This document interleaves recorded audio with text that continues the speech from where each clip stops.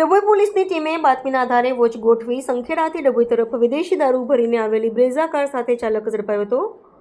કારમાં તપાસ કરતા વિદેશી દારૂના ક્વાર્ટરિયા અને બિયરના ટીન મળી કુલ 753નો જથ્થો મળી આવ્યો હતો।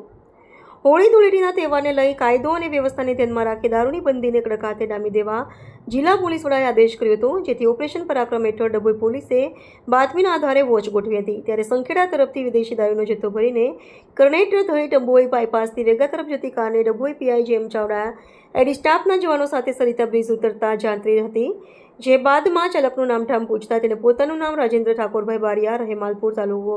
સંખેડા હોવાનું જણાવ્યું હતું, જેથી કારમાં તપાસ કરતા વિદેશી દારૂના ક્વાર્ટરિયા બિયર ટીન મળી